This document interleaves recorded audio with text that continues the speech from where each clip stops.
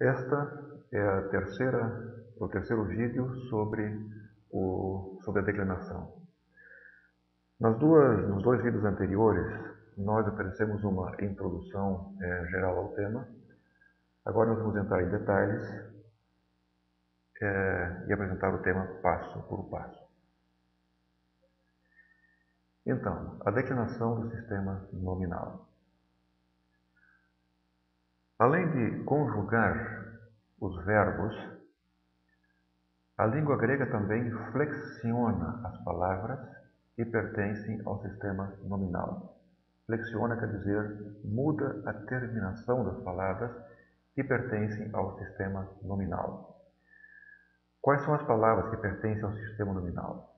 O substantivo, o adjetivo, o pronome, o artigo, alguns numerais e, inclusive, no caso do grego, o particípio.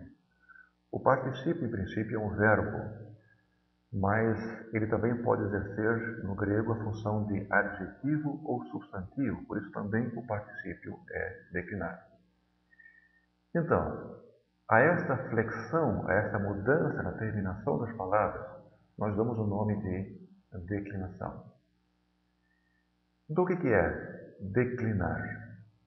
Declinar significa acrescentar à raiz de uma palavra um sufixo, ou seja, uma terminação, que além de indicar o gênero desta palavra, se ela é masculina, feminina ou neutra, e o número desta palavra, se é singular ou plural, determina ainda a sua função gramatical na frase. Veja bem, a declinação, além de indicar o gênero da palavra, o número da palavra, indica ainda a função gramatical, a função sintática da palavra na frase. Se ela é sujeito, se ela é objeto direto, se ela é objeto indireto, etc. Comparado ao grego, o português tem um sistema de flexão mais limitado, pois ele apenas indica o gênero e o número de uma palavra. Por exemplo, a palavra menino, a terminação o, indica que a palavra é masculina e singular. Se eu digo meninos, se eu acrescentar um S, isso indica que a palavra é masculina plural.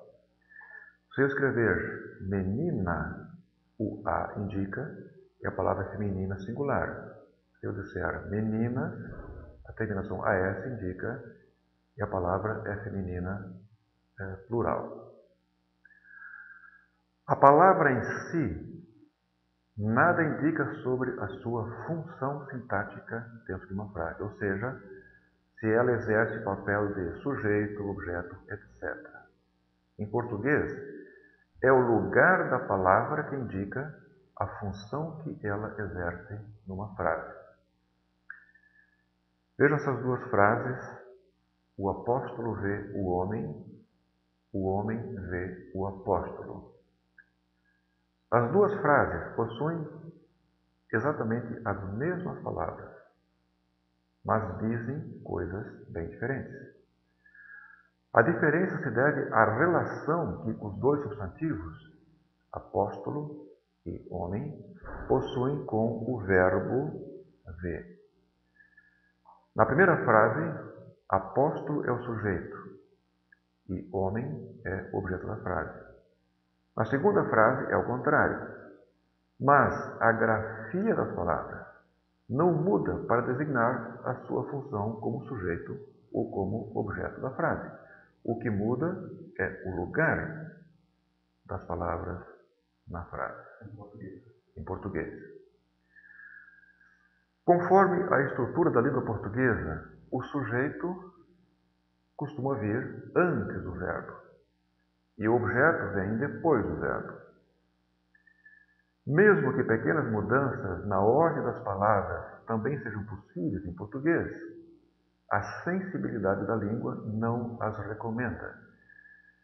Eu poderia, por exemplo, dizer assim: vê o apóstolo o homem, colocar o verbo no início. mas a frase fica um pouco ambígua. O normal é colocar o sujeito na frente, o apóstolo, depois do verbo, vê, e daí o objeto, o homem. Então, no português, o importante é o lugar da palavra na frase para definir a sua função. Mas em grego, a mudança das palavras é perfeitamente possível por causa da declinação do sistema nominal. A mesma frase em grego ficaria assim: Ho apóstolos blepei ton anthropon. A palavra apóstolo em grego é apóstolos, quase como em português. A palavra homem, ser humano, em grego é anthropos. É assim que essas duas palavras estão no dicionário. Ambas possuem a mesma terminação. Percebem aqui? Apóstolos termina em OS, anthropos também termina em OS. É assim que as palavras estão no dicionário. Mas observe que na frase, as terminações dos dois substantivos são diferentes. Apóstolos está aqui com OS no final. Anthropos aparece aqui na frase com a terminação ON. Por que está diferente? É diferente porque na frase as duas palavras exercem funções sintáticas diferentes. O substantivo apóstolo na frase é o sujeito. Não porque está antes do verbo, e sim por causa da sua terminação, como indica o sigma final. Então eu sei que isso aqui é o sujeito, não porque a palavra está neste lugar, e sim por causa da terminação da palavra. A terminação S indica o sujeito. Da mesma forma, o homem, anthropon, aqui na frase, é o objeto do verbo ver, não porque segue o verbo, e sim por causa da sua terminação. A terminação N final indica que, neste caso aqui, se trata de um objeto direto. A mesma coisa poderia ser dita em grego de várias maneiras, sem mudar o conteúdo da frase. Observem aqui. 5 frases, 5 maneiras de estruturar a frase que significam exatamente a mesma coisa. Eu posso dizer blepei ho apóstolos ton anthropon. Posso dizer ho apóstolos ton anthropon blepei.